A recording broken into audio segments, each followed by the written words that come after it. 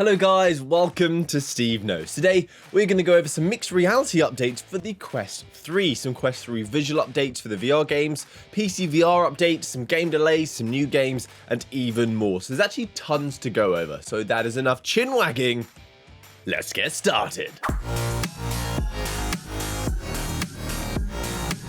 So I do want to start this off with the Quest 3 news, as it is days away now and we have more graphical comparisons to look at. We have more game updates to take advantage of its new mixed reality features. So first of which, I hope Beat Saber is going to do this as well, but this update is coming from Synth Riders. It's getting a mixed reality mode where it will create a portal in the middle of your living room and the retro dystopian world will come through the wall into your room towards you. Klug Interactive have put a clip up on their Twitter page, but it's so dang cool, and from the experience playing some of the mixed reality titles, because as you can see I've got the Quest 3, I've been having a fiddle, it is so much fun. Mixed reality content is going to hopefully become bigger and bigger, but I do want to manage expectations. It's not the solution to all our problems.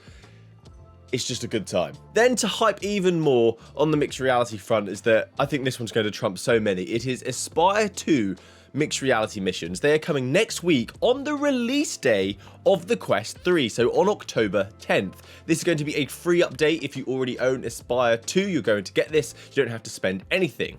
So this is a procedurally generated mixed reality experience. This mode supports multiple rooms as well, so you can traverse through the house, through different spaces in this mode, which is so freaking cool. Just taking out enemies, holding them up at gunpoint, shouting, "Put your hands up."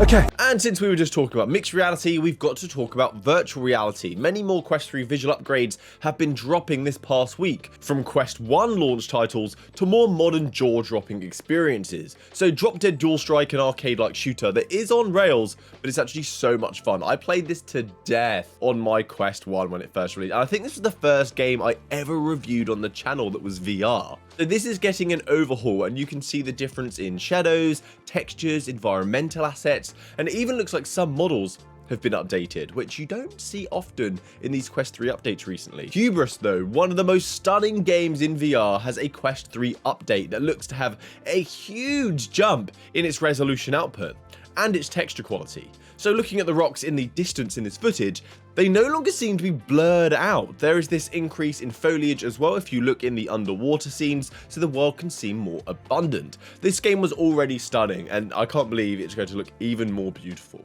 Vermilion also dropped a video stating the Quest 3 version now matches the resolution of its PCVR counterpart, doubling that of the Quest 2.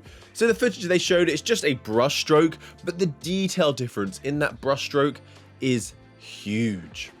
We also have Dungeons of Eternity. I did share a full gameplay video on the channel for this game. I absolutely loved it. It was a brilliant cooperative experience, tons of customizations, hours and hours of gameplay with friends, just a good time. So the Quest 3 upgrade is going to have bloom effects, so you can see things that are glowing much clearer, less blur, much sharper visuals in the bloom department, sharper visuals on top of the standard Quest 3 resolution boost as well. I thought this game was already stunning. Seeing an even bigger increase over the default value set by the Quest 3 is pretty incredible. And also they've disabled LODs, so you shouldn't be getting popping in game, where you walk into a room and go, "Oh, an asset appeared." You can see from the video the imagery is much more defined, there's less blur occurring over the detailed areas for sure. So very exciting stuff. Can't wait to see even more upgrades, because it's always good when you get new hardware, you get these visual updates to revisit older experiences, because it is different. There's something about VR where it is different when you get these improvements. It's just not, oh, that looks nice. It feels different. So this next story, I did speak about this in my 10 things you didn't know about the Quest 3, but this is a news update, it's the weekend, so I have to fill you in. Virtual Desktop has been updated and is available right now to support the AV1 codec, which the Quest 3 supports. This codec improves the visual quality of streamed video, operating under the same bitrate as HEVC. So this should result in less of that strange compression looking blur that you see often when you're playing wireless PCVR experiences on the Quest headset. AV1 does take a little longer to encode, so you may see increased latency, just ever so slightly though, which I'm hoping will be tackled with the improved decoding capabilities of the new hardware and the higher frequency connection of Wi-Fi 6E. but I am going to drop a dedicated video on this, so stay tuned. It's obviously there. I have been fiddling, I just can't say anything yet.